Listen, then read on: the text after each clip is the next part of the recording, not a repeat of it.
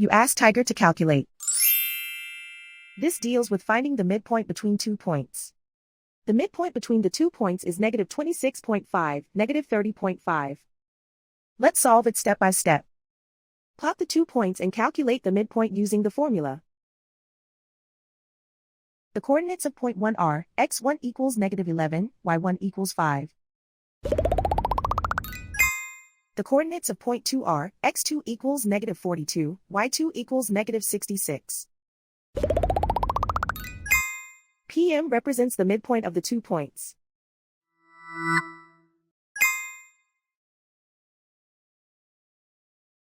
Use the x values in the midpoint formula to find the midpoints x. x1 equals negative 11. x2 equals negative 42.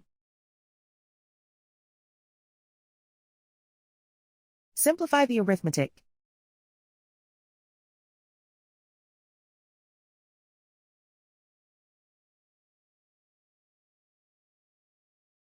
Use the y values in the midpoint formula to find the midpoints y.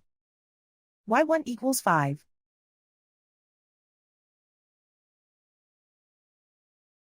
y2 equals negative 66. Simplify the arithmetic.